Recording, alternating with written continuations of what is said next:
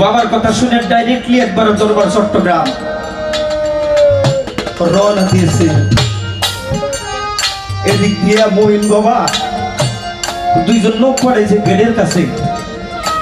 আমার গেটের কাছাকাছি একটা গাড়ি আসতেছে, কিছুক্ষণের মধ্যে আল্লাহর ওলিরা আল্লাহর সাথে এমনি করে লয় প্রাপ্ত হয়ে যায়, কালেকশন হয়ে যায় আল্লাহর সাথে। নজরুল ইসলাম বইতে পারে না, হাঁটতে পারে না, চলতে পারে না, দুইজন ধরে নামাইছে, মহিন বাবার কাছে নিয়ে গেছে। বাবা,